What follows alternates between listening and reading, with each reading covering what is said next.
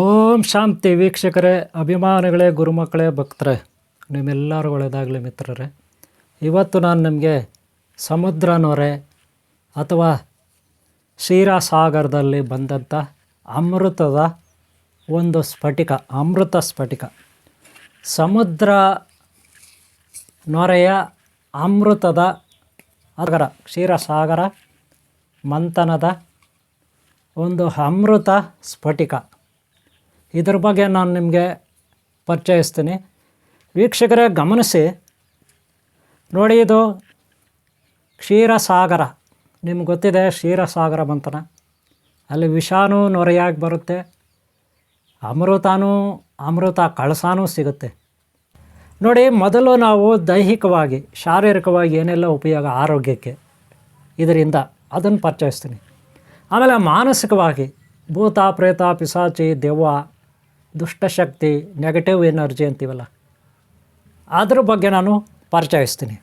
ಅನಂತರ ದೈವಶಕ್ತಿ, ಪಾರಮಾರ್ಥಿಕ ಶಕ್ತಿ, ಭಾವನಾತ್ಮಕ ಶಕ್ತಿ, ಪುರಾಣ ವೇದಾಂತ ಇದೆಲ್ಲ ಹೇಳ್ತೀವಲ್ಲ ವೀಕ್ಷಕರೇ, ನಾವು ಈ ಸ್ಫಟಿಕ ಸಮುದ್ರ ನೊರೆ ಅಥವಾ ಸಮುದ್ರ ನೊರೆಯ ಅಮೃತ ಸ್ಫಟಿಕ ಇದನ್ನು ಯಂತ್ರವಾಗಿ ನಾವು ಹೇಗೆ ಮಾರ್ಪಾಟು ಮಾಡೋದು ಅಂತ ನೋಡೋಣ. ಯಂತ್ರ ತಯಾರು ಮಾಡೋದು ಹೇಗೆ? ಯಾರಾದರೂ ಭಕ್ತರು ಕಷ್ಟದಲ್ಲಿರೋರು ಬಂದರೆ, ಏನೋ ಕಾಯಿಲೆ ಇದೆ, ಏನೋ ಸಾಲಗಳ ಬಾಧೆ ಇದೆ, ಏನೋ ಅಂಗಡಿಗೆ, ಹೋಟೆಲ್ಗೆ, ಆಫೀಸ್ಗೆ ವ್ಯಾಪಾರ ಆಗ್ತಾಯಿಲ್ಲ, ನಾವು ತುಂಬ ಸಮಸ್ಯೆಯಲ್ಲಿದ್ದೀವಿ, ಕಷ್ಟಗಳ ಮೇಲೆ ಕಷ್ಟಗಳು ಅಂತ ಬರ್ತಾರೆ. ಅವ್ರಿಗೆ ನಾವು ರೆಡಿ ಮಾಡಿಕೊಡ್ಬೇಕು. ಅದಕ್ಕೆ ಈ ರೀತಿ ಒಂದು ಆಸನ, ಆ ಆಸನ ಹಾಕಿ ಮುಂದುಗಡೆ ಒಂದು ಬಟ್ಟೆ ಹಾಕಿ, ಬಟ್ಟೆ ಮೇಲೆ ಈ ಒಂದು ಅಮೃತ ಸ್ಫಟಿಕಗಳೇನಿದೆ, ಸಮುದ್ರ ಅಮೃತ ಸ್ಫಟಿಕಗಳೇನಿದೆ, ಇದನ್ನು ಈ ರೀತಿ ಇಟ್ಕೋಬೇಕು. ಈ ಒಂದು ನೊರೆ, ಸಮುದ್ರ ನೊರೆ ಸ್ಫಟಿಕಗಳೇನಿದೆ ಈ ರೀತಿ ಇಟ್ಕೊಂಡು ನಾವು ಅದನ್ನು ಮ್ಯಾನೇಜ್ ಮಾಡಬೇಕು. ವೀಕ್ಷಕರೇ, ನಾವೀಗ ಯಂತ್ರ ತಯಾರು ಮಾಡೋಣ. ಯಂತ್ರ ತಯಾರು ಮಾಡೋದು ಹೇಗೆ ಈ ಸಮುದ್ರ ನೊರೆ ಸ್ಫಟಿಕ ಅಥವಾ ಅಮೃತ ಸ್ಫಟಿಕದಿಂದ ಅಂತ ನೋಡೋಣ. ಮೊದಲಿಗೆ ನೀವು ಕೈಯಲ್ಲಿ ನೀರು ಹಾಕೊಳ್ಳಿ. ಮೊದಲಿಗೆ ಕೈಯಲ್ಲಿ ನೀರು ಯಾಕೆ ಹಾಕೋಬೇಕು ಅಂದರೆ, ಮೊದಲು ಶುದ್ಧಿ ಮಾಡ್ಕೋಬೇಕು. ಇಲ್ಲಿ ಗಂಗಾ ಸ್ನಾನ ಮಾಡ್ಕೋಬೇಕು. ಅದಕ್ಕೆ ಒಂದು ಮಂತ್ರ ಹೇಳಬೇಕು. ಏನು ಮಂತ್ರ ಅಂತ ನಾನು ಹೇಳ್ತೀನಿ, ಕೇಳಿಸ್ಕೊಳ್ಳಿ. ಅದೇ ಥರ ಹೇಳಬೇಕು. ಓಂ ಶ್ರೀ ಪಾತಾಳ ಗಂಗಾ ಚ ಯಮುನಾ ಚೈವ ಗೋದಾವರಿ ಭೀಮಚಂದ ಆಟಕೇಶ್ವರ ಸಿದ್ದೇಶ್ವರ ಧರ್ಮಸ್ಥಳ ಗೋಕರ್ಣ ಶ್ರೀಶೈಲ ಶ್ರೀ ತಿರುಪತಿ ಅಂತರ್ಗ ಕೋಡ್ಲೇಶ್ವರ ಗುಟ್ಟಾಳು ಸೀತೆ ಕೈವಾರ ಕಾಶಿ ಶ್ರೀರಂಗಪಟ್ಟಣ ಹೊಸಕೋಟೆ ಮೋಕ್ಷನಾಗಮನ ಕಲ್ಕಿ ಕ್ಷೇತ್ರ ಪುಣ್ಯತೀರ್ಥ ಸಾಗರನದೇ ಒಂಡಗೊಂಡ ಗಂಗಾಜಲಂ ಗಂಗಾ ಸ್ನಾನಂ ಸಮರ್ಪಯಾಮಿ ಅಂತ ಅದ್ರ ಮೇಲೆ ನೀವು ಗಂಗೆಯನ್ನು ತುಂಬ ಜಾಸ್ತಿ ಹಾಕೋಬಾರ್ದು, ಸ್ವಲ್ಪ ಹಾಕ್ಕೊಂಡು ಇದು ಮಾಡಬೇಕು. ಗೊತ್ತಾಯ್ತಲ್ಲ? ಯಾವುದೇ ಯಂತ್ರ ತಯಾರು ಮಾಡೋವಾಗ ನೀವು ಆ ರೀತಿ ಮಾಡಬೇಕು. ಮೊದಲು ಗಂಗೆಯಿಂದ ಶುದ್ಧಿ ಮಾಡ್ಕೋಬೇಕು, ಓಕೆನಾ? ಆಮೇಲೆ ಅದಕ್ಕೆ ಬೇಕಾದ ವಸ್ತುಗಳೇನು? ದೀಪ, ಮೇಯ್ನ್ ದೀಪ ರೀ. ನೋಡ್ಕೊಳ್ಳಿ, ದೀಪ ಅಂದರೆ ಉರಿಯುವ ದೀಪ. ಈಗಾಗಲೇ ನಾನು ಯಂತ್ರಗಳು, ಆಮೇಲೆ ಗರುಡಮಾಲೆ, ಆಮೇಲೆ ಇದು ಯಾವುದು ಎಡಮುರಿ ಬಲಮುರಿ, ಇವೆಲ್ಲ ನಾನು ಮಾಡೋವಾಗ ದೀಪ ಊದುಕಡ್ಡಿ ಇವೆಲ್ಲ ಇಟ್ಕೊಂಡಿದ್ದೀನಿ. ಹಾಗೆ ನೀವು ಕೂಡ ದೀಪ ಇಟ್ಕೋಬೇಕು. ಅದನ್ನು ಅಲ್ಲಿ ದೀಪ ಊದುಕಡ್ಡಿಯೆಲ್ಲ ಇಟ್ಕೊಂಡೇ ಈ ಕೆಲಸ ಮಾಡಬೇಕು, ಶುರು ಮಾಡಬೇಕು. ಗೊತ್ತಾಯ್ತಲ್ಲ? ಆಮೇಲೆ ನೋಡಿ, ದೀಪ ಊದುಕಡ್ಡಿ ಆದಮೇಲೆ ಅರಿಶಿನ ಕುಂಕುಮ ಇದೆಲ್ಲ ಇಟ್ಕೋಬೇಕು. ಗೊತ್ತಾಯ್ತನ್ರಿ? ಅರಿಶಿನ ಕುಂಕುಮ ಎಲ್ಲ ಇಟ್ಕೋಬೇಕು. ಒಂದು ತಟ್ಟೆನಲ್ಲಿ ನೀವು ಅರಿಶಿನ, ಆಮೇಲೆ ಗಂಧ, ಅಷ್ಟಗಂಧ, ಅಶ್ವಿನಿ ಗಂಧ ಇರುತ್ತಲ್ಲ, ಅಶ್ವಿನಿ ಗಂಧ, ಗೊತ್ತಾಯ್ತಲ್ಲ? ಇದು ಅರಿಶಿನ ಒಂದು ಕಡೆ ಮಿಕ್ಸ್ ಮಾಡಿ, ಆಮೇಲೆ ವಿಭೂತಿ ಸಪ್ರೇಟಾಗಿ ಇಟ್ಕೊಳ್ಳಿ, ಆಮೇಲೆ ಕುಂಕುಮ ಸಪ್ರೇಟು ಒಂದು ತಟ್ಟೆನಲ್ಲಿ. ಆಮೇಲೆ ಅದಕ್ಕೆ ನೀರು ಒಯ್ಕೋಬೇಕು, ಸ್ವಲ್ಪ ನೀರು ಒಯ್ಕೋಬೇಕು. ನೀರು ಒಯ್ಕೊಂಡು ಅದನ್ನು ಗಂಧ ಥರ ಪೇಸ್ಟ್ ಥರ ಮಾಡ್ಕೋಬೇಕು. ಇದು ಲಾಸ್ಟಲ್ಲಿ ಇಡೋದು, ಇವಾಗಲ್ಲ. ನಾನು ಹೇಳ್ತೀನಿ ಯಾವಾಗ ಇಡಬೇಕಂತ. ಆಮೇಲೆ ಗೊತ್ತಾಯ್ತಲ್ಲ? ಫಸ್ಟ್ ರೆಡಿ ಮಾಡ್ಕೊಳ್ಳಿ. ಒಂದು ತಟ್ಟೆನಲ್ಲಿ ಏನೇನು ಅರಿಶಿನ, ಅಷ್ಟಗಂಧ, ಆಮೇಲೆ ವಿಭೂತಿ ಅಂದರೆ ಒಳ್ಳೆ ಸೆಂಟ್ ಇರ್ಬೇಕು ರೀ, ಯಾವ್ಯಾವುದೋ ಪೌಡ್ರಲ್ಲ, ಅದು ಸಪ್ರೇಟಾಗಿ ಸ್ಪೆಷಲಾಗಿ ಸಿಗುತ್ತೆ ಪೌಡ್ರು, ಅದು ತಗೊಳ್ಳಿ, ಓಕೆ. ಆಮೇಲೆ ಕುಂಕುಮ ನೋಡಿ, ಕುಂಕುಮ ಸಪ್ರೇಟಾಗೆ ಇಟ್ಕೋಬೇಕು. 3 ಐಟಮ್ಸು, ಅರಿಶಿಣ, ಕುಂಕುಮ, ಅರಿಶಿಣ, ಅಶ್ವಗಂಧ ಒಂದರಲ್ಲಿ ಮಿಕ್ಸ್ ಮಾಡಿ, ಕುಂಕುಮ ಸಪ್ರೇಟ್ ಮಾಡಿ, ಆಮೇಲೆ ವಿಭೂತಿ ಸಪ್ರೇಟ್ ಮಾಡಿ. 3 ಐಟಮ್ಸು. ಅದಕ್ಕೆ ನೀರು ಒಯ್ಬೇಕು ಒಂದೊಂದು ಚೂರು. ಗೊತ್ತಾಯ್ತನ್ರಿ? ಒಂದೊಂದು ಚೂರು ಏನು ಮಾಡಬೇಕು? ನೀರು ಒಯ್ಕೋಬೇಕು. ನೀರು ಹಾಯ್ಕೊಂಡು ಆಮೇಲೆ ನಿಧಾನಕ್ಕೆ ಗಟ್ಟಿ, ತುಂಬ ಗಟ್ಟಿ ಬೇಡ, ತುಂಬ ನೀರು ಬೇಡ, ಸಾಧಾರಣವಾಗಿ ಗಂಜಿ ಥರ ಮಾಡ್ಕೋಬೇಕು. ಗೊತ್ತಾಯ್ತಾ? ಗಂಜಿ ಥರ ನೀವು ನೋಡಿ, ಅಷ್ಟಗಂಧ ಅರಿಶಿಣ ಎರಡು ಮಿಕ್ಸ್ ಮಾಡ್ತಾಯಿದ್ದೀನಿ. ಅಶ್ವಿನಿ ಗಂಧ ಇದು ವಿಭೂತಿ ಗೊತ್ತಾಯ್ತಲ್ಲ. ವಿಭೂತಿ ಭಾಳ ಚೆನ್ನಾಗಿರ್ತಿತ್ತು, ಒಳ್ಳೆ ಸೆಂಟು. ಇದು ಕುಂಕುಮ. 3 ರೆಡಿ ಮಾಡಿ ಇಕ್ಕೊಬಿಡಿ. ಆಮೇಲೆ ಏನಕ್ಕೆ ಅಂತ ನಾನು ನಿಮ್ಗೆ ಹೇಳ್ತೀನಿ ಗೊತ್ತಾಯ್ತಲ್ಲ. ಲಾಸ್ಟಲ್ಲಿ ಬೇಕಾಗಿರ್ತಿದ್ದು ಈಗಲ್ಲ. ಓಕೆನಾ, ರೆಡಿ ಮಾಡಿಕೊಳ್ಳಿ. ಈಗ ನೋಡಿ, ನೆಕ್ಸ್ಟು ನೀವು ಬಟ್ಟೆ ಈ ಥರ ರೆಡ್ ಕಲರ್ ಬಟ್ಟೆ, ಯೆಲ್ಲೋ ಕಲರ್ ಬಟ್ಟೆ ರೆಡಿ ಮಾಡ್ಕೋಬೇಕು. ನೆನ್ಪಿಟ್ಕೊಳ್ಳಿ, ರೆಡ್ ಕಲರ್ ಬಟ್ಟೆ, ಯೆಲ್ಲೋ ಕಲರ್ ಬಟ್ಟೆ ನೀವು ರೆಡಿ ಮಾಡ್ಕೋಬೇಕು. ಗೊತ್ತಾಯ್ತಲ್ಲ. ಅದು ಹೇತಕ್ಕೆ ಅಂತ ನಾನು ಹೇಳ್ತೀನಿ. ಅದನ್ನು ಈಗ ಮೊದಲು ನೀವು ರೆಡ್ ಕಲರ್ ಬಟ್ಟೆನ ನಾವು ಯೂಸ್ ಮಾಡೋದು ವಿದ್ವೇಷಣ, ಯಾರಾದರೂ ದುಷ್ಟಶಕ್ತಿಗಳು, ಶತ್ರುಗಳು, ಕೆಟ್ಟವರು ಇರ್ತಾರೆ, ಅವ್ರಿಗೆ ರೆಡ್ ಕಲರ್ ಬಟ್ಟೆ ಯೂಸ್ ಮಾಡಬೇಕು. ಶತ್ರುಗಳಿಗೆ, ಶತ್ರು ನಾಶಕ್ಕೆ, ದುಷ್ಟರ ನಾಶಕ್ಕೆ, ಅವ್ಯಾಕಿಗಳು, ಅಜ್ಞಾನಿಗಳು, ಪಾಪಿಗಳಿರ್ತಾರೆ, ದುರಾಚಾರಿಗಳು, ದುರಾಂಕಾರಿಗಳು, ವಿಕೃತರು, ಅಂಥವ್ರ ನಾಶ ಮಾಡೋಕ್ಕೆ ಈ ರೆಡ್ ಕಲರ್ ಬಟ್ಟೆ ಯೂಸ್ ಮಾಡಬೇಕು. ಅದನ್ನು ನಾವು ಏನೀಗ ಅಮೃತ ಸ್ಫಟಿಕ ಇದೆ, ಸಮುದ್ರ ಅಮೃತ ಸ್ಫಟಿಕ, ಅದಕ್ಕೆ ನೀಟಾಗಿ ಸುತ್ತಬೇಕ್ರಿ. ನೋಡಿ, ನಾನು ತೋರಿಸ್ತೀನಿ ಯಾವ ರೀತಿ ಸುತ್ತೋದಂತ. ಈ ರೀತಿ ಸುತ್ತಬಿಟ್ಟು ರೆಡ್ ಕಲರ್ ಬಟ್ಟೆ ಸುತ್ತಿದ್ರೆ ನೀವು ಅದಕ್ಕೆ ಅರ್ಶಿಣ ಕಲರ್ ದಾರ ಯೂಸ್ ಮಾಡಬೇಕು. ನೆನ್ಪಿಟ್ಕೊಳ್ಳಿ, ರೆಡ್ ಕಲರ್ ಬಟ್ಟೆ ಏನೇನು ಕೇಳಿದ್ದು ನಾನು, ದುಷ್ಟರ ನಿಗ್ರಹಕ್ಕೆ, ವಿಕೃತ ಮನಸ್ಥಿತಿ ಯಾರಿಗಿದೆ, ಅವ್ಯಾಕಿಗಳು, ಅಜ್ಞಾನಿಗಳು, ಅವರ ನಾಶಕ್ಕೆ ಈ ಒಂದು ಯಂತ್ರ ತಯಾರು ಮಾಡೋದು. ಗೊತ್ತಾಯ್ತಾ. ಈ ರೆಡ್ ಕಲರ್ ಬಟ್ಟೆ ಸುತ್ತಿದ ಮೇಲೆ ಅದಕ್ಕೆ ನಾವು ಯೆಲ್ಲೋ ಕಲರ್ ದಾರ ಹಾಕಬೇಕು. ನೆನ್ಪಿಟ್ಕೊಳ್ಳಿ, ಯೆಲ್ಲೋ ಕಲರ್ ದಾರ ಹಾಕಬೇಕು. ಇದು ಸ್ವಲ್ಪ ಶಾಂತಿ. ಯೆಲ್ಲೋ ಕಲರ್ ಅಂದರೆ ಸಾಧಾರಣ, ಪೂರ್ತಿ ಶಾಂತಿನೂ ಅಲ್ಲ, ವಿಕೃತ, ತುಂಬ ವೈಲೆನ್ಸು ಅಲ್ಲ. ಗೊತ್ತಾಯ್ತಾ, ಶಾಂತಿ ಯೆಲ್ಲೋ ಕಲರ್ ಬಟ್ಟೆ. ಗೊತ್ತಾಯ್ತಲ್ಲ. ಆ ಯೆಲ್ಲೋ ಕಲರ್ ದಾರ ನೋಡಿ ಈ ರೀತಿ ಸುತ್ತಬೇಕು. ನಾನು ಯಾವ ರೀತಿ ನಿಮ್ಗೆ ತೋರಿಸ್ತೀನಿ ಸುತ್ತೋದು ಹೇಗೆ ಅಂತ. ಅದೇ ರೀತಿ ಯಂತ್ರ ರೆಡಿ ಮಾಡ್ಕೋಬೇಕು. ನೆನ್ಪಿಟ್ಕೊಳ್ಳಿ. ನೋಡಿ, ಸಮುದ್ರ ಅಮೃತ ಸ್ಫಟಿಕಕ್ಕೆ ಸಮುದ್ರ ಅಮೃತ ಸ್ಫಟಿಕ ಅಥವಾ ಸಮುದ್ರ ನೋರೆ, ಇದಕ್ಕೆ ನಾವು ಈ ರೀತಿ ಬಟ್ಟೆ, ರೆಡ್ ಕಲರ್ ಬಟ್ಟೆ ಹಾಕಿ ಅದಕ್ಕೆ ಯೆಲ್ಲೋ ಕಲರ್ ಬಟ್ಟೆನ ಈ ರೀತಿ ಸುತ್ತಾ ಹೋಗಬೇಕು. ಗೊತ್ತಾಯ್ತೇನ್ರಿ. ನೀಟಾಗಿ ನೋಡ್ಕೊಳ್ಳಿ ಯಾವ ರೀತಿ ನಾನು ಸುತ್ತೀನಿ. ಅದು ನೋಡೋಕೆ ಚೆನ್ನಾಗಿ ಕಾಣಬೇಕು, ಹೆಂಗಂದ್ರೆ ಹಂಗೆ ಸುತ್ತಬಾರ್ದು. ಗೊತ್ತಾಯ್ತಲ್ಲ. ಈ ರೀತಿ ರೆಡಿ ಮಾಡ್ಕೋಬೇಕು. ಇದು ಯೆಲ್ಲೋ ಕಲರ್ ದಾರ, ರೆಡ್ ಕಲರ್ ಬಟ್ಟೆ, ಅರ್ಥ ಆಯ್ತಾ. ವೈಟ್ ಕಲರು ಸಮುದ್ರ ನೋರೆ. ಗೊತ್ತಾಯ್ತು, ಈ ರೀತಿ ಸುತ್ಕೋಬೇಕು. ನೋಡಿ ವೀಕ್ಷಕರೇ, ಭಕ್ತರೇ, ಗುರುಮಕ್ಕಳೇ, ನಾನೀಗ ಸುತ್ತಿದ್ದೀನಿ. ಅವುಗಳಿಗೆ ನಾನು 5 ಸಮುದ್ರ ನೊರೆ ಅಥವಾ ಅಮೃತ ಸ್ಫಟಿಕಗಳನ್ನು ಇಟ್ಕೊಂಡಿದ್ದೀನಿ, ಸುತ್ತಿದ್ದೀನಿ. ನೀವು ನೋಡ್ಬೋದು. ಮೊದಲಿಗೆ ನಾನು ಇದು ನೋಡ್ಕೊಬಿಡಿ, ಬಟ್ಟೆ ಇದಕ್ಕೇನು ಹಾಕಿದ್ದೀನಿ, ಯೆಲ್ಲೋ ಕಲರ್ ಬಟ್ಟೆ ಹಾಕಿದ್ದೀನಿ. ಯೆಲ್ಲೋ ಕಲರ್ ಬಟ್ಟೆ ಸುತ್ತಬಿಟ್ಟು ಆಮೇಲೆ ದಾರ ಯಾವ್ದು ಹಾಕಿದ್ದೀನಿ, ನೇರಳೆ colour, white colour, red colour ಇರ್ತದೆ. ಗೊತ್ತಾಯ್ತಾ. ದಾರ ಇದಕ್ಕೆ. ಇದು ಶಾಂತಿ. ನಾವು ಯಾರ ತಂಟೆಗೂ ಹೋಗಲ್ಲ, ನಮ್ಮ ತಂಟೆಗೆ ಯಾರು ಬರಬಾರ್ದು ಅಂತ. ಇದು ಹಂಗಲ್ಲ. ಇದು ನೋಡಿರಿ, ಇದು ಹೆಂಗಪ್ಪ ಅಂದ್ರೆ ಇದರಲ್ಲಿ ಏನಿದೆ ಅಂತ ನೋಡಿರಿ, ರೆಡ್ ಕಲರ್ ಬಟ್ಟೆ. ಇದರಲ್ಲಿ ರೆಡ್ ಕಲರ್ ಬಟ್ಟೆ ಇದೆ, ಡೇಂಜರ್. ನಮ್ಮ ತಂಟೆಗೆ ಯಾರನ್ನ ಬಂದರೆ ಅಥವಾ ಯಾರಾದರೂ ದುಷ್ಟರು, ಅವ್ಯಾಕಿಗಳು, ಅಜ್ಞಾನಿಗಳಿದ್ರೆ ಅವರು ಸರ್ವನಾಶ ಆಗ್ತಾರೆ. ಸೇಡಿಗೆ ಸೇಡು, ಮುಯಿಗೆ ಮುಯಿ ಅಂತೀವಲ್ಲ, ಆ ಥರ ರೆಡ್ಡು ಡೇಂಜರ್. ಗೊತ್ತಾಯ್ತಲ್ಲ. ಆ ಕಲರ್ ಬಟ್ಟೆ ಹಾಕಿದರೆ. ಅದೇ ಯೆಲ್ಲೋ ಕಲರ್ ಹಾಕಿದರೆ ಹಂಗಲ್ಲ, ಅಯ್ಯೋ ಅವ್ರು ಮಾಡಿದ ಪಾಪ ಅವ್ರು ಅನ್ಭವಿಸ್ತಾರೆ ಬಿಡ್ರಿ ಅಂತ ಹೇಳೋಂಥದ್ದು. ಗೊತ್ತಾಯ್ತಾ. ಈ ರೀತಿ ನಾವು ಯಂತ್ರಗಳನ್ನು ರೆಡಿ ಮಾಡ್ಕೋಬೇಕು. ಗೊತ್ತಾಯ್ತಲ್ಲ. ನೋಡಿದ್ರಲ್ಲ ಯಂತ್ರಗಳು ಯಾವ ರೀತಿ ರೆಡಿ ಮಾಡಿದ್ದಂತ. ಅದಕ್ಕೆ ನಾವೀಗ ಏನು ಹೇಳಬೇಕಪ್ಪ ಅಂದರೆ, ಈ ಬುತ್ತಿ, ಅಶ್ವಗಂಧ, ಹಾಗೆ ಅರಿಶಿಣ, ಹಾಗೆ ಕುಂಕುಮ ಇದು ಇಟ್ಕೋಬೇಕು. ನೋಡಿ, ಈ ಬುತ್ತಿ ಆವಾಗಲೇ ನಾನು ನಿಮಗೆ ಏತಕ್ಕೆ ಅಂತ ಹೇಳಿದ್ನಲ್ಲ, ಅದು ಯಾವ ರೀತಿ ಇಟ್ಕೋಬೇಕು ಅಂತ ತೋರಿಸ್ತೀನಿ. ನೋಡಿ, ಈ ರೀತಿ ಮೊದಲು ಕೊನೆಯಲ್ಲಿ ಈ ಕಡೆ ಕೆಳಗಡೆ ಇಟ್ಕೋಬೇಕು ಈ ಬುತ್ತಿ. ನೆನ್ಪಿಟ್ಕೊಳ್ಳಿ, ಈ ಬುತ್ತಿ ಕೊನೆಯಲ್ಲಿ ಕೆಳಗಡೆ. ಓಕೆನಾ. ಈ ಬುತ್ತಿ ಎಲ್ಲದಕ್ಕೂ ಇಟ್ಬಿಡಿ ಒಂದೇ ಸಾರಿ. ಈ ಬುತ್ತಿ ಫಸ್ಟ್ ಎಲ್ಲದಕ್ಕೂ ಇಟ್ಬಿಡಿ. ಆಮೇಲೆ ಲಾಸ್ಟ್ ಮೇಲ್ಗಡೆ ಒಂದು, ಕೆಳಗಡೆ ಮೇಲ್ಗಡೆ 2 ಕಡೆ ಇಟ್ಟರೆ ಸಾಕು. ಗೊತ್ತಾಯ್ತಲ್ಲ. ಅದೇ ರೀತಿ ಎಲ್ಲದಕ್ಕೂ ಇಟ್ಕೊಳ್ಳಿ. ಓಕೆನಾ. ಯಾವುದು, ಈ ಬುತ್ತಿ ಕೆಳಗಡೆ, ಆಮೇಲೆ ಮೇಲ್ಗಡೆ ಇಡಿ, ಇಲ್ಲ ಸೆಂಟ್ರ್ ಜಾಗ ಇದ್ದರೆ ಸೆಂಟ್ರ್ ಇಡಿ, ನಿಮ್ಮಿಷ್ಟ. ಮನೆಯಲ್ಲಿ ಹೇಗೆ ನೀವು ದೇವ್ರಿಗೆ, ಗುಡಿನಲ್ಲಿ ಹೇಗೆ ಮೂರ್ತಿಗಳಿಗೆ ದೇವ್ರಿಗೆ ಇಡ್ತೀರಿ ಅದೇ ಥರ ಇಟ್ಕೊಳ್ಳೋದು. ಅದು ನಿಮ್ಮಿಷ್ಟ, ಹೆಂಗನ ಇಟ್ಕೋಬೋದು. ಅಶ್ವಿನಿ ಗಂಧ ಇಡಬೇಕಾಗುತ್ತೆ, ಆಮೇಲೆ ಇಡೋಣ. ಫಸ್ಟ್ ಎಲ್ಲ ವಿಭೂತಿ ಹಚ್ಕೊಬಿಡಿ ಎಲ್ಲದಕ್ಕೂ. ಯಾಕಂದರೆ ಕೈನ ಮತ್ತೆ ಅದಕ್ಕೆ ಇದಕ್ಕೆ ಇಡೋಕ್ಕಾಗಲ್ಲ. ಮೊದಲು ವಿಭೂತಿ ಇಟ್ಕೊಬಿಡಿ, ಆಮೇಲೆ ಬೇಕಾ ಇನ್ನೊಂದಕ್ಕೆ ಹೋಗೋಣ ನೆಕ್ಸ್ಟು. ಇಲ್ಲಾಂದ್ರೆ ಅದು ಇದೆಲ್ಲ ಮಿಕ್ಸ್ ಆಗಿಬಿಡುತ್ತೆ. ಗೊತ್ತಾಯ್ತಲ್ಲ. ಓಕೆನಾ. ವಿಭೂತಿ ಎಲ್ಲದಕ್ಕೆ ಇಟ್ಕೊಳ್ಳಿ. ಆಮೇಲೆ ನೀವು ಇದು ಯಾವುದು, ಅಶ್ವಗಂಧ, ಆಮೇಲೆ ಕುಂಕುಮ ಇಡಬೇಕಾಗುತ್ತೆ. ನೋಡಿ ಇವೆಲ್ಲ ಏತಕ್ಕೆ ಮಾಡೋದು ಅಂದರೆ, ಯಾರಾದರೂ ಸಮಸ್ಯೆಗಳು ಅಂತ ಬಂದಾಗ, ದಾರಿದ್ರ್ಯ ಇರುತ್ತೆ ಯಾರಿಗಾದ್ರೂ, ದುಷ್ಟಶಕ್ತಿಗಳ ಕಾಟ ಇರುತ್ತೆ, ಭೂತ ಪ್ರೇತ ಪಿಶಾಚಿಗಳ ಕಾಟ ಇರುತ್ತೆ, ಕೆಟ್ಟ ಕನಸು ಬರ್ತಾ ಇರುತ್ತೆ ಕೆಲವರಿಗೆ ವ್ಯಾಪಾರ ಆಗಲ್ಲ, ಹೋಟೆಲ್ಲು, ಅಂಗಡಿ, ಆಫೀಸು ಅಥವಾ ಮನೆ ಉದ್ಧಾರ ಆಗ್ತಾಯಿಲ್ಲ, ಏಳಿಗೆ ಆಗ್ತಾಯಿಲ್ಲ, ಅಥವಾ ನೀವೇ ಕೆಲವ್ರಿಗೆ ಹೇಳ್ಗೇ ಆಗಲ್ಲ ಅಂಥವ್ರಿಗೆ ಅವರು ಮನೆಯಲ್ಲಿ ಅಥವಾ ಅಂಗಡಿ ಅಥವಾ ಹೋಟೆಲ್ ಆಫೀಸು ಬಾಗಿಲ ಮೇಲೆ ಇಲ್ಲ ಒಳಗೆ ಹೊರಗೆ ಕಟ್ಟಲಿಕ್ಕಿದು ಯಂತ್ರ, ಅರ್ಥ ಆಯ್ತಾ? ಓಕೆ ಅವರೇ, ಈಗ ನೋಡಿ ವಿಭೂತಿ ಆಯಿತು. ಈಗ ಬಂದು ಅಶ್ವಗಂಧ ಇಡ್ತಾಯಿದ್ದೀನಿ. ಅಶ್ವಗಂಧ ಇದು ಗೊತ್ತಾಯ್ತಾ? ವಿಭೂತಿ ಆದಮೇಲೆ ಅಶ್ವಗಂಧ ಇಟ್ಕೋಬೇಕು, ಲಾಸ್ಟಲ್ಲಿ ಕುಂಕುಮ ಇಟ್ಕೋಬೇಕು. ನೋಡಿ ಇದು ಅಶ್ವಗಂಧ ಮಿಕ್ಸ್ ಮಾಡಿದ್ದೀನಿ. ಅದು ಆರಿದ ಮೇಲೆ ಕಲರ್ ಬರುತ್ತೆ. ಈಗ ನೀರು ಹಾಕಿದ್ದೀನಿ, ಕಲರ್ ಸ್ವಲ್ಪ ಡಲ್ ಇರುತ್ತೆ, ನೋಡ್ಕೊಳ್ಳಿ, ಕಲರ್ ಡಲ್ ಇರುತ್ತೆ. ಇದಾದಮೇಲೆ ನಾವು ಲಾಸ್ಟಲ್ಲಿ ಕುಂಕುಮ ಇಟ್ಕೋಬೇಕು, ಗೊತ್ತಾಯ್ತಲ್ಲ? ಈಗ ನೋಡಿ ವಿಭೂತಿ ಆಯಿತು, ಅಶ್ವಿನಿ ಗಂಧ ಆಯಿತು, ಗೊತ್ತಾಯ್ತಾ? ಆಮೇಲೆ ಕುಂಕುಮ ಗೊತ್ತಲ್ಲ, ಕುಂಕುಮನೂ ಇಡಬೇಕು ರೀ, ಮರ್ತೋಗ್ಬೇಡಿ, ಕುಂಕುಮನೂ ಇಡಬೇಕು. ಎಲ್ಲ ಇಟ್ಟ ಮೇಲೆ ನೀಟಾಗಿ ನಾವು ರೀತಿ ಜೋಡಿಸ್ಕೋಬೇಕು, ದೀಪ ಹಚ್ಕೋಬೇಕು. ಆಮೇಲೆ ಪ್ರಾಣ ಪ್ರತಿಷ್ಠೆ ಮಂತ್ರವನ್ನು ನಾವು ಏನು ಸಿದ್ಧಿ ಮಾಡ್ಕೊಂಡಿರ್ತೀವಿ ನಮ್ಮ ಮಂತ್ರ ಅದು.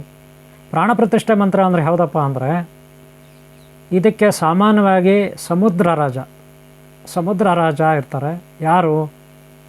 ಮಹಾಲಕ್ಷ್ಮಿ, ಐಶ್ವರ್ಯ ಮಾತೆ, ಜ್ಯೇಷ್ಠ ಲಕ್ಷ್ಮಿ ಅವರ ತಂದೆ ಸಮುದ್ರ ರಾಜ. ಯಾಕಂದರೆ ಇದು ಸಮುದ್ರ ನಿಧಿ, ಇದು ಸಮುದ್ರದ ನಿಧಿ, ಸಮುದ್ರ ರಾಜನಿಗೆ ಸಂಬಂಧಪಟ್ಟಂತಹ ವಸ್ತುಗಳಿದು. ಆದ್ದರಿಂದ ಸಮುದ್ರ ರಾಜ ಅಂದರೆ ಅಷ್ಟೈಶ್ವರ್ಯ ಮಾತೆ, ಅನಂತ ಪದ್ಮಾವತಿ, ಅನಂತ ಲಕ್ಷ್ಮಿ, ಅನಂತ ಪದ್ಮನಾಭ ಸ್ವಾಮಿ ಮಂತ್ರ, ಅದನ್ನು ನೀವು ಇದು ಮಾಡ್ಕೋಬೇಕು, ಗೊತ್ತಾಯ್ತಲ್ಲ? ಈಗ ನೋಡಿ ಕುಂಕುಮ ಮರ್ತೋಗ್ಬಾರ್ದು, ಕುಂಕುಮ ಇಡಬೇಕು. ಫಸ್ಟು ವಿಭೂತಿ ಇಟ್ಟೆ, ಆಮೇಲೆ ನಾನು ಅಶ್ವಿನಿ ಗಂಧ ಇಟ್ಟೆ, ಆಮೇಲೆ ಈಗ ಕುಂಕುಮ ಇಡ್ತಾಯಿದ್ದೀನಿ, ನೆನ್ಪಿಟ್ಕೊಳ್ಳಿ. ಇದೆಲ್ಲ ಇಟ್ಕೊತೀವಿ. ಇದಾದಮೇಲೆ ನಾವು ಒಂದು ಬೀಜಾಕ್ಷರ ಮಂತ್ರವನ್ನು ನಾವು ಸಿದ್ಧಿ ಮಾಡ್ಕೊಂಡಿರೋ ಮಂತ್ರವನ್ನು ಅಂದರೆ ಅಷ್ಟೈಶ್ವರ್ಯ ಮತ್ತು ಮಹಾಲಕ್ಷ್ಮಿ ಮಂತ್ರವನ್ನು ನಾವಿಲ್ಲಿ 108 ಸಾರಿ ಹೇಳಬೇಕಾಗುತ್ತೆ. ಆಮೇಲೆ ದೀಪ ಏನಿದೆ ಬೆಳಗಬೇಕಾಗುತ್ತೆ, ಕರ್ಪೂರ ದೀಪ ಬೆಳಗಬೇಕಾಗುತ್ತೆ. ಅಲ್ಲಿಗೆ ಪ್ರೋಸೆಸ್ಸು ಕಂಪ್ಲೀಟ್ ಆಗುತ್ತೆ. ಅಲ್ಲಿಗೆ ಯಂತ್ರ ರೆಡಿ ಆಯಿತು ಈ ಕುಂಕುಮ ಇಟ್ಮೇಲೆ, ಅರ್ಥ ಆಯ್ತಾ? ನಾನು ನಿಮಗೆ ಈಗ ಬೀಜಾಕ್ಷರ ಮಂತ್ರ ಕೊಡ್ತೀನಿ, ಅದನ್ನು ನೋಡ್ಕೊಳ್ಳಿ. ಆಮೇಲೆ ಅದನ್ನು ನೀವು 48 ದಿನ, 21 ದಿನ, 9 ದಿನ ಮಿನಿಮಮ್ಮು, 21 ದಿನ ಅಥವಾ 48 ದಿನ ನೀವು ಡೈಲಿ ಬೆಳಗ್ಗೆ, ಮಧ್ಯಾಹ್ನ, ಸಂಜೆ ಈ ರೀತಿ ಒಂದು 5 ಸಾರಿ ದಿನಕ್ಕೆ 10 ನಿಮಿಷ ಹೇಳ್ಕೋಬೇಕು ಮಂತ್ರನ, ಬೀಜಾಕ್ಷರ ಮಂತ್ರನ ನಾನು ಕೊಡ್ತೀನಿ ಈಗ ನಿಮಗೆ. ಆಮೇಲೆ ಅದನ್ನು ಸಿದ್ಧಿ ಮಾಡ್ಕೊಳ್ಳಿ. ಪ್ರತಿ ಶುಕ್ರವಾರ ನೈವೇದ್ಯ ಮಾಡಬೇಕು, ಮಂತ್ರ ಸಿದ್ಧಿ ಮಾಡಿಕೊಂಡು ಆಮೇಲೆ ಈ ರೀತಿ ಯಂತ್ರ ಮಾಡುವಾಗ ಬರೀ ನೀವು 108 ಸಾರಿ ಹೇಳ್ಕೊಂಡ್ರೆ ಸಾಕು, ಗೊತ್ತಾಯ್ತಲ್ಲ? ಈಗ ಮಂತ್ರ ಕೊಡ್ತೀನಿ ನಿಮಗೆ, ಅದನ್ನು ಆ ರೀತಿ ಅಭ್ಯಾಸ ಮಾಡ್ಕೊಳ್ಳಿ, ಸಿದ್ಧಿ ಮಾಡ್ಕೊಳ್ಳಿ, ಓಕೆನಾ? ವೀಕ್ಷಕರ ನೋಡಿ, ಈ ಮಂತ್ರ ನಿಮಗೆ ಓದೋಕ್ಕೆ ಬರಲಿಲ್ಲ ಅಂದರೆ ನಿಮ್ಮಲ್ಲಿ ಮನೆಯಲ್ಲಿ ಯಾರಾದರೂ ಹುಡುಗರು ಇರ್ತಾರೆ, ಓದಿರೋರು ಇರ್ತಾರೆ, ಅವ್ರ ಕೈಲಿ ಹೇಳಿಸ್ಕೊಳ್ಳಿ. ಇದೇ ಮಂತ್ರನ ನೀವು ಅಭ್ಯಾಸ ಮಾಡಬೇಕು. ದಿನಕ್ಕೆ 5 ಸಾರಿ ಧ್ಯಾನಕ್ಕೆ ಕೂತ್ಕೋಬೇಕು, ಈ ಮಂತ್ರ ಹೇಳ್ಕೋಬೇಕು, ಜಪ ಮಾಡ್ಕೋಬೇಕು. ವೀಕ್ಷಕರೇ ನಿಮ್ಗೆ ಒಳ್ಳೆಯದಾಗಲಿ. ಇದು ಸಮುದ್ರ ಒಂದು ಮಂತ್ರ, ಇದು ಸಮುದ್ರ ಅಮೃತ ಸ್ಫಟಿಕದ್ದು. ನಿಮ್ಗೆ ಒಳ್ಳೆಯದಾಗಲಿ, ಇದನ್ನು ಪ್ರಾಕ್ಟೀಸ್ ಮಾಡಿ, ಗೊತ್ತಾಯ್ತಲ್ಲ? ವೀಕ್ಷಕರೇ ಗಮನಿಸಿ ನೋಡಿ, ಇದು ಕ್ಷೀರಸಾಗರ, ನಿಮ್ಗೆ ಗೊತ್ತಿದೆ ಕ್ಷೀರಸಾಗರ ಮಂತ್ರ. ಅಲ್ಲಿ ವಿಷಾನೂ ನೊರೆಯಾಗಿ ಬರುತ್ತೆ, ಅಮೃತ ಕಳಸಾನೂ ಸಿಗುತ್ತೆ. ವಿಷವನ್ನು ನಂಜುಂಡೇಶ್ವರ, ನೀಲಕಂಠೇಶ್ವರ ಪರಮೇಶ್ವರನು ಆ ನೊರೆಯನ್ನು, ವಿಷದ ನೊರೆಯನ್ನು ಎಲ್ಲವನ್ನೂ ತಾನೇ ಸೇವನೆ ಮಾಡಿ ಕಂಠದಲ್ಲಿಕ್ಕೊಳ್ತಾನೆ. ಆ ಕಂಠಕ್ಕಿಂತ ಒಳಗಡೆ ಹೋಗಲಿಕ್ಕೆ ಪಾರ್ವತಿ ಬಿಡೋದಿಲ್ಲ. ಸರ್ಪವನ್ನು ಕುತ್ತಿಗೆಗೆ ಸುತ್ತಿ, ವಾಸಕಿ ನಾಗರಾಜ ಸರ್ಪವನ್ನು ಶಿವನ ಕುತ್ತಿಗೆಗೆ ಸುತ್ತಿ, ವಿಷವು ಒಳಗಡೆ ಹೋಗದಂತೆ, ಶಿವನ ಹೊಟ್ಟೆಯ ಒಳಗೆ ಹೋಗದಂತೆ ಪಾರ್ವತಿ ಕುತ್ತಿಗೆಗೆ ಸರ್ಪವನ್ನು ಬಿಗಿತಾಳೆ. ಅದಕ್ಕೆ ಶಿವನ ಕುತ್ತಿಗೆಯಲ್ಲಿ ಸರ್ಪ ಇರುತ್ತೆ. ಅದು ತಕ್ಷಕ ರಾಜ, ಯಕ್ಷರಾಜ, ತಕ್ಷಕ, ನಾಗರಾಜ. ಆದರೆ ನೀಲಕಂಠ ನಂಜುಂಡೇಶ್ವರ ಅಂತ ಕರಿತೀವಿ. ಕ್ಷೀರಸಾಗರ ಮಂತ್ರನ ಬಗ್ಗೆ ನಿಮಗೆ ಗೊತ್ತಿದ್ರೆ ಸ್ಟೋರಿ, ನಾನು ಹಿಂದೆ ಕ್ಷೀರಸಾಗರ ಮಂತ್ರನ ಬಗ್ಗೆ ಸ್ಟೋರಿ ಇದೇ ಯೂಟ್ಯೂಬ್ ನಿಮ್ಮ ಚಾನಲಲ್ಲಿ ನಾನು ಅಪ್ಲೋಡ್ ಮಾಡಿದ್ದೀನಿ, ನೋಡಿಲ್ಲ ಅಂದರೆ. ಇವತ್ತು ನಾನು ನಿಮಗೆ ಅಮೃತ ನೊರೆ, ಅಮೃತ ಸ್ಫಟಿಕ, ಸಾಗರದ ಅಮೃತ ಸ್ಫಟಿಕ, ಇದರ ಬಗ್ಗೆ ನಾನು ನಿಮಗೆ ಪರಿಚಯಿಸ್ತೀನಿ. ಇದರಲ್ಲಿ ದೈಹಿಕವಾಗಿ, ಮಾನಸಿಕವಾಗಿ, ಭಾವನಾತ್ಮಕವಾಗಿ, ಪಾರಮಾರ್ಥಿಕವಾಗಿ ನಾನು ನಿಮಗೆ ಪರಿಚಯಿಸ್ತೀನಿ. ನೋಡಿ, ಮೊದಲು ನಾವು ದೈಹಿಕವಾಗಿ, ಶಾರೀರಿಕವಾಗಿ ಏನೆಲ್ಲ ಉಪಯೋಗ ಆರೋಗ್ಯಕ್ಕೆ ಇದರಿಂದ, ಅದನ್ನು ಪರಿಚಯಿಸ್ತೀನಿ. ಆಮೇಲೆ ಮಾನಸಿಕವಾಗಿ ಭೂತ ಪ್ರೇತ ಪಿಶಾಚಿ ದೆವ್ವ ದುಷ್ಟಶಕ್ತಿ ನೆಗೆಟಿವ್ ಎನರ್ಜಿ ಅಂತೀವಲ್ಲ ಅದ್ರ ಬಗ್ಗೆ ನಾನು ಪರಿಚಯಿಸ್ತೀನಿ. ಅನಂತರ ದೈವಿ ಶಕ್ತಿ, ಪಾರಮಾರ್ಥಿಕ ಶಕ್ತಿ, ಭಾವನಾತ್ಮಕ ಶಕ್ತಿ, ಪುರಾಣ ವೇದಾಂತ ಇದೆಲ್ಲ ಹೇಳ್ತೀವಲ್ಲ, ದೇವರು ದಿಂಡ್ರು ಅಂತ, ಅದರ ಬಗ್ಗೆ ಪರಿಚಯಿಸ್ತೀನಿ ಅಲ್ಲಿಗೆ. ಆಮೇಲೆ ಇದರಲ್ಲಿ ರೆಡ್ ಕಲರ್ ಬರುತ್ತೆ ನೋಡಿದ್ರ, ಬಟ್ಟೆ ರೆಡ್ ಕಲರ್ ಇದು. ಆಮೇಲೆ ನೋಡಿ ಇನ್ನೊಂದು ಯೆಲ್ಲೋ ಕಲರು, ಆದರೆ ದಾರ ಬೇರೆ ಬೇರೆ ಇರುತ್ತೆ. ಯೆಲ್ಲೋ ಕಲರ್ಗೆ ಮಿಕ್ಸ್ ದಾರ ಹಾಕಿದ್ದೀನಿ, ವೈಲೆಟು ನೇರಳೆ ಬಣ್ಣ, ಬಿಳಿ ಬಣ್ಣ, ಆಮೇಲೆ ಕಪ್ಪು ಬಣ್ಣ ದಾರ, ಆದರೆ ಹಳದಿ ಕಲರ್ ಬಟ್ಟೆ ಸುತ್ತಲಾಗಿದೆ ಇದಕ್ಕೆ ನೋಡಿ ರೆಡ್ ಕಲರ್ ಬಟ್ಟೆ ಇರುತ್ತೆ, ಆದರೆ ದಾರ ಯೆಲ್ಲೋ ಕಲರ್ ಇರುತ್ತೆ. ಇದು ಯಾಕೆ ಇರುತ್ತೆ ಅಂದರೆ, ರೆಡ್ ಕಲರ್ ಬಟ್ಟೆ ಇದ್ದರೆ ಡೇಂಜರ್, ಶತ್ರು ದೃಷ್ಟಿ ನಾಶ, ಶತ್ರುಗಳ ನಾಶಕ್ಕೆ ಇದು ಯಾವುದೋ ಯೆಲ್ಲೋ ಕಲರ್. ಆದರೆ ಇದು ಬಂದು ದಾರ ಬೇರೆ ಇದೆ, ಆದರೆ ಯೆಲ್ಲೋ ಕಲರ್ ಬಟ್ಟೆ ಇದೆ. ಇದು ಮೀಡಿಯಮ್, ಗೊತ್ತಾಯ್ತಲ್ಲ. ನಾವು ಯಾರ ತಂಟೆಗೆ ಹೋಗಲ್ಲ, ನಮ್ಮ ತಂಟೆಗೆ ಯಾರು ಬರದಿದ್ರೆ ಸಾಕು. ಇದರಲ್ಲಿ ವಶೀಕರಣ, ಅಭಿವೃದ್ಧಿ, ಆರೋಗ್ಯ ಭಾಗ್ಯ ಇದೆಲ್ಲ ಇರುತ್ತೆ ಇವುಗಳಿಂದ. ಇದೊಂದು ಯಂತ್ರ. ನಿಮ್ಮ ಮನೆ, ಅಂಗಡಿ, ಫ್ಯಾಕ್ಟ್ರಿ, ಆಫೀಸು ಬಾಗಿಲ ಮೇಲೆ ಇದನ್ನು ಈ ರೀತಿ ಕಟ್ಟಬೇಕಾಗತ್ತೆ. ಅಥವಾ ದೇವ್ರ ಮನೇಲಿಟ್ಟರೂ ನಡೀತದೆ, ದೇವ್ರ ಮನೇಲಿಟ್ಟು ಪೂಜೆ ಮಾಡ್ಬೋದು. ಇದು ಗೊತ್ತಾಯ್ತಲ್ಲ. ಮೊದಲಿಗೆ ನಾವು ಇದು ಆರೋಗ್ಯಕ್ಕೆ ಏನೆಲ್ಲ ಉಪಯೋಗ ಆಗುತ್ತೆ, ಆರೋಗ್ಯ ಬಗ್ಗೆ. ಅನಂತರ ನಾವು ಯಂತ್ರ ಯಾವ ರೀತಿ ಅನ್ನೋದನ್ನು ನೋಡೋಣ, ಓಕೆನಾ. ಇದು ಗೊತ್ತಾಯ್ತಲ್ಲ ವೀಕ್ಷಕರೇ, ಗಮನಿಸಿ. ಏನಪ್ಪ ಅಂದರೆ ವೀಕ್ಷಕರೇ ಗಮನಿಸಿ ನೋಡಿ, ಇದು ಅಮೃತ ಸ್ಫಟಿಕ, ಅಮೃತ ಸ್ಫಟಿಕ ಅಂತೀವಿ. ಸ್ಫಟಿಕ ಅಂದರೆ ಇನ್ನೇನೋ ಕನ್ಫ್ಯೂಸ್ ಮಾಡ್ಕೋಬೇಡಿ. ಸ್ಫಟಿಕ ಅಂದರೆ ಒಂದು ಕಲ್ಲು ಥರ ಇರ್ತಕ್ಕಂಥ ವಸ್ತು, ಒಂದು ಘನ ವಸ್ತು. ಸ್ಫಟಿಕ ಅಂದರೆ ಇನ್ನೇನೋ ತಿಳ್ಕೊಬೇಡಿ. ಹಾಗಂತ ಇದು ಸ್ಫಟಿಕ ಅಲ್ಲ, ಇದು ಸ್ಫಟಿಕ ಅಲ್ಲ. ಸಮುದ್ರದಲ್ಲಿ ನೊರೆ ಬಂಡೆಗಳ ಮೇಲೆ ಹೋಗುತ್ತೆ ನೊರೆ. ಸಮುದ್ರದಲ್ಲಿ ನೊರೆಗಳು, ಸಮುದ್ರದ ನೊರೆ, ಸಮುದ್ರದ ಅಲೆಗಳ ನೊರೆ, ಆ ನೊರೆ ಬರುತ್ತೆ. ಆ ನೊರೆ ಬಂಡೆಗಳ ಮೇಲೆ ಹೋಗ್ತಾ ಹೋಗ್ತಾ ಹೋಗ್ತಾ ಬಂಡೆಗಳ ಮೇಲೆ ಶೇಖರಣೆ ಆಗುತ್ತೆ. ಬಿಸಿಲಿಗೆ ಈ ರೀತಿ ಒಣಗುತ್ತೆ, ಈ ರೀತಿ ಆಗುತ್ತೆ ಒಣಗ್ಬಿಟ್ಟು, ಈ ರೀತಿ ಆಗುತ್ತೆ ಒಣಗ್ಬಿಟ್ಟು ಆ ನೊರೆ. ಅದನ್ನು ತೊಗೊಂಡು ಬಂದು ಈ ಗ್ರಂಥಿಗೆ ಅಂಗಡಿಗಳಲ್ಲಿ ಇದನ್ನು ಮಾರಾಟ ಮಾಡ್ತಾರೆ, ಮಾರ್ಕೆಟಲ್ಲಿ ಮಾರಾಟ ಮಾಡ್ತಾರೆ. ಆದರೆ ಯಾವುದೋ ಒಂದು ವಸ್ತುವನ್ನು, ಯಾವುದೋ ಒಂದು ಮೆಡಿಕಲ್ ಸ್ಟೋರು, ಯಾವುದೋ ಒಂದು ಆಯುರ್ವೇದಿಕ್ ಅಂಗಡಿ, ಯಾವುದೋ ಒಂದು ತೋಟ, ಯಾವುದೋ ಒಂದು ಬೆಟ್ಟ ಗುಡ್ಡ ನದಿನಲ್ಲಿ ಯಾವುದೋ ಒಂದು ಗಿಡದ ಬೇರು, ಕಾಂಡ, ತೊಗಟೆ, ಕಾಯಿ ನೀವು ತಗೊಂಡು ಬಂದು ಔಷಧಿ ಮಾಡಿಬಿಟ್ರೆ ಅದು ಆಗೋದಿಲ್ಲ. ಪೂರ್ಣ ಪ್ರಮಾಣದ ಪ್ರಕ್ರಿಯೆ ಆಗೋದಿಲ್ಲ, ಮುಗಿಯೋದಿಲ್ಲ.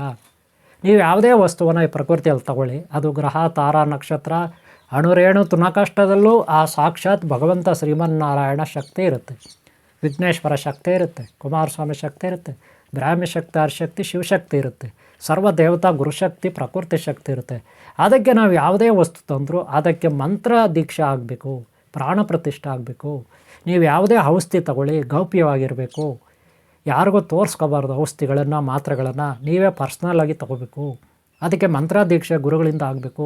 ನೀವು ಯಾವುದೇ ಔಷಧಿ ತಗೊಳ್ಳಿ, ಆಗಲೇ ಅದು ಪೂರ್ಣ ಪ್ರಮಾಣ ಆಗೋದು. ಬೇರು, ಕಾಯಿ, ಎಲೆ, ಕಾಂಡ ಏನಾದರೂ ಸರಿ. ಹಾಗೆ ಸಾಗರದಲ್ಲೇ ಸಿಗುತ್ತೆ. ಸಾಗರದ ರಾಜ ಯಾರು? ಸಾಗರ ರಾಜ, ಸಮುದ್ರ ರಾಜ. ಯಾರು ಸಮುದ್ರ ರಾಜ?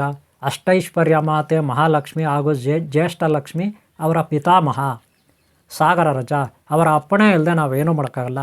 ಇದು ಸಮುದ್ರದಲ್ಲಿ ನೊರೆಯಾಗಿ ಸಿಕ್ಕಿದೆ. ಸಾಗರ ಮಂಥನದಲ್ಲಿ ನೀವು ಶ್ರೀಮನ್ನಾರಾಯಣ ಇರ್ತಾನೆ, ಮಹಾಲಕ್ಷ್ಮಿ ಇರ್ತಾರೆ, ಜ್ಯೇಷ್ಠಲಕ್ಷ್ಮಿ ಇರ್ತಾರೆ, ಕಾಮಧೇನು, ಕಲ್ಪವೃಕ್ಷ ಇರುತ್ತೆ, ಪುಷ್ಪಕಾಯಮ ಇರುತ್ತೆ, ಉಚ್ಚೈಶ್ರವ ಅಂದರೆ ಕುದುರೆಗಳು, ಬಿಳಿಯ ಕುದುರೆಗಳಿರುತ್ತೆ. ಹಾಗೆ ಪುಷ್ಪಕ ವಿಮಾನ ಇರುತ್ತೆ. ಪುಷ್ಪಕ ವಿಮಾನ ಕುಬೇರ ತಗೊಂಡೋಗ್ತಾನೆ. ಉಚ್ಚೈಶ್ರವ ಕುದುರೆಗಳಿರುತ್ತೆ, ಅಶ್ವಿನಿ ಕುಮಾರ ತಗೋತಾರೆ. ಆಮೇಲೆ ಸೂರ್ಯ ಭಗವಾನ ತಗೊತಾನೆ. ಆಮೇಲೆ ಯಾರು?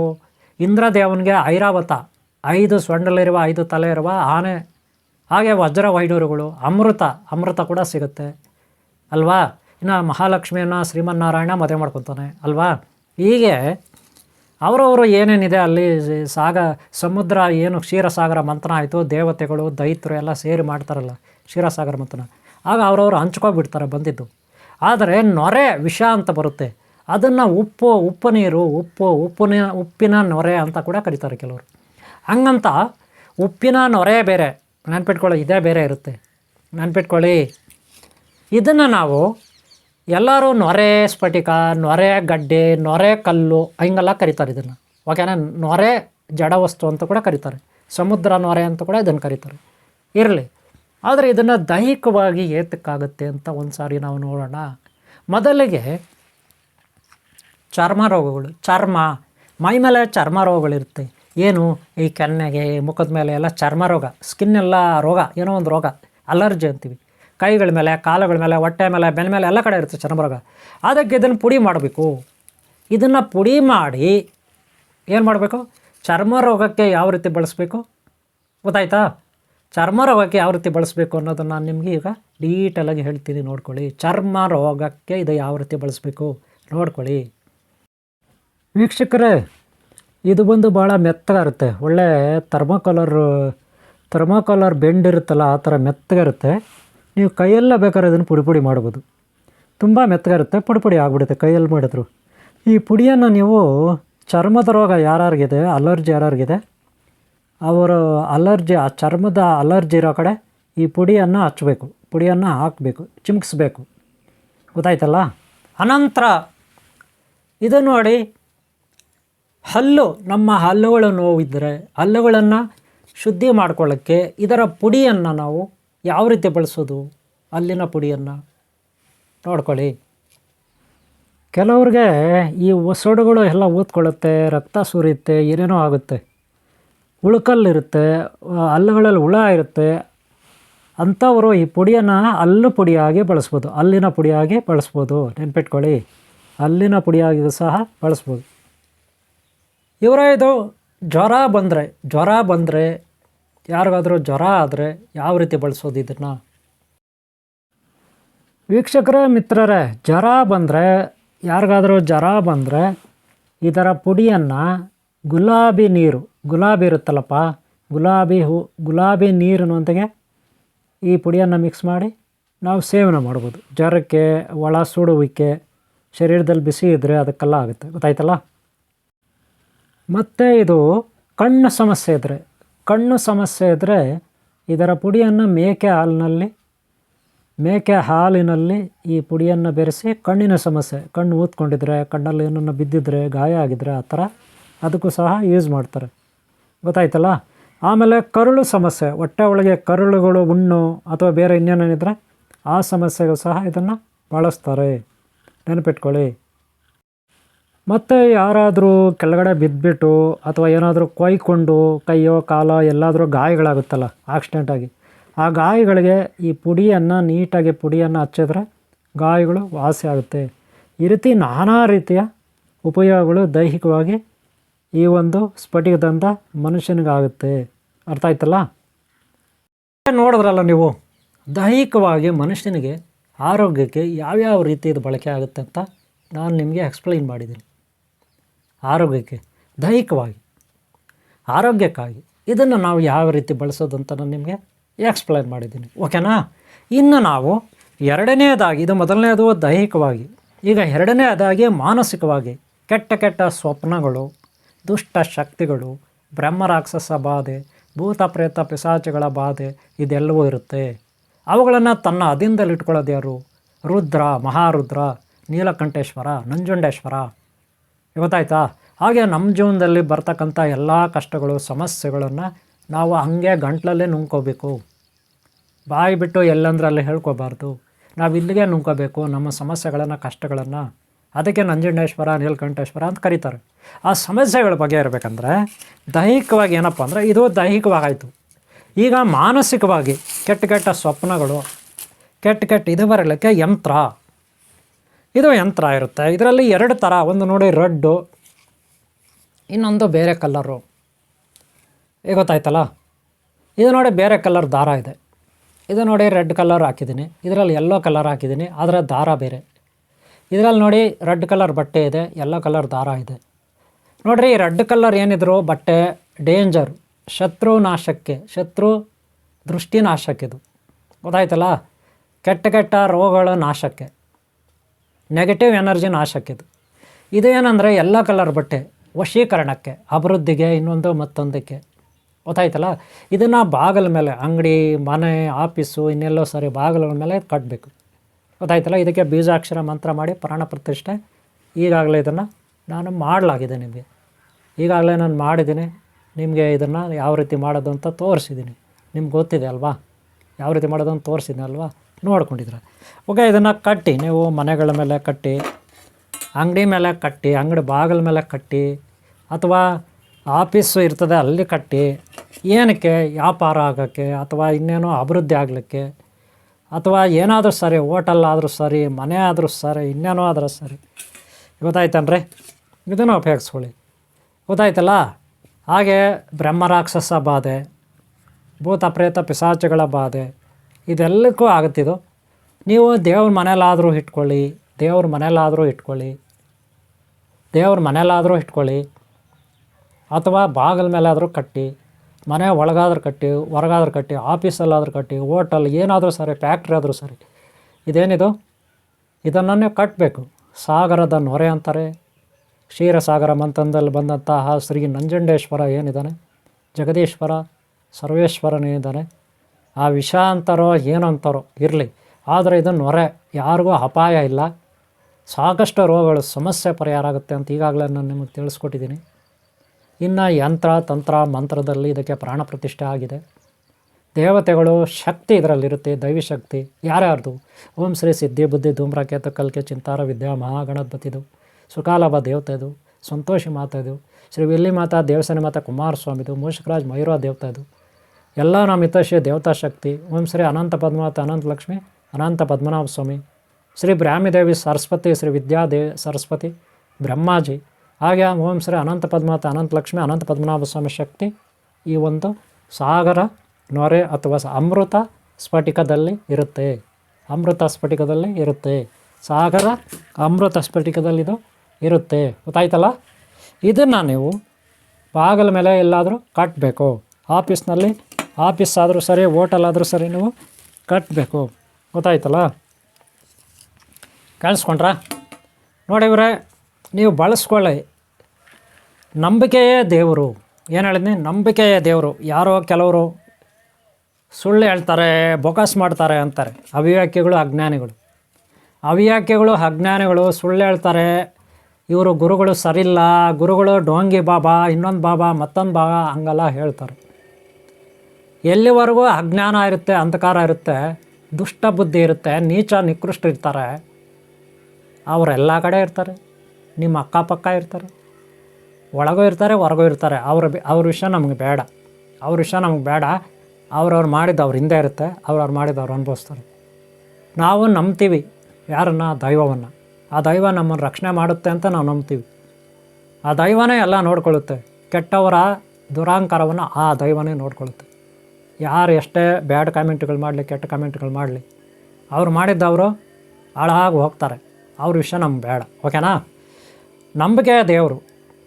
ಇದನ್ನು ಬಳಸ್ಕೊಳ್ಳಿ. ನಿಮ್ಗೆ ಒಳ್ಳೆಯದಾಗಲಿ, ಎಲ್ಲ ರೀತಿಯಲ್ಲೂ ನಿಮ್ಗೆ ಒಳ್ಳೆಯದಾಗಲಿ. ಗೊತ್ತಾಯ್ತಲ್ಲ. ಇದ್ರ ಬಗ್ಗೆ ಮಾಹಿತಿ ಒಂದಷ್ಟು ಕೊಟ್ಟಿದ್ದೀನಿ ನಿಮಗೆ. ಇದನ್ನು ಉಪಯೋಗಿಸ್ಕೊಳ್ಳಿ, ಸದ್ವಿನಿಯೋಗ ಮಾಡ್ಕೊಳ್ಳಿ. ನೀವು ಉದ್ಧಾರ ಆಗಿ ಬೇರೆಯವ್ರನ್ನೂ ಉದ್ಧಾರ ಮಾಡಿ. ನೀವು ಉದ್ಧಾರ ಆದರೆ ನಿಮ್ಮ ಮನೆ ಉದ್ಧಾರ ಆಗುತ್ತೆ, ಅಕ್ಕಪಕ್ಕದವ್ರು ಉದ್ಧಾರ ಆಗ್ತಾರೆ. ಇಡೀ ನಿಮ್ಮ ಹಳ್ಳಿ, ನಿಮ್ಮ ಗ್ರಾಮ, ನಿಮ್ಮ ಸಿಟಿ, ನಿಮ್ಮ ರಾಜ್ಯ, ಜಿಲ್ಲೆ, ಇಡೀ ಜಗತ್ತೇ ಉದ್ಧಾರ ಆಗುತ್ತೆ ನೀವು ಉದ್ಧಾರ ಆದರೆ. ಓಕೆನಾ? ಅದೇ ದುಷ್ಟರು, ಕೆಟ್ಟವ್ರು ಇರ್ತಾರೆ, ಅವ್ರು ಹಾಳಾಗೋದ್ರೆ, ಕೆಟ್ಟವರು ಅಕ್ಕಪಕ್ಕ ಇರೋರು ಕೆಟ್ಟೋಗ್ತಾರೆ, ಇಡೀ ಜಗತ್ತೇ ಹಾಳಾಗೋಗುತ್ತೆ ಅಲ್ವಾ? ಕೆಟ್ಟವ್ರ ಕೆಲಸ ಹಂಗೆ. ಅವ್ರ ವಿಷಯ ನಮ್ಗೆ ಬೇಡ, ಅವ್ರು ಮಾಡಿದ್ದವ್ರು ಅನುಭವಿಸ್ತಾರೆ. ಓಕೆನಾ?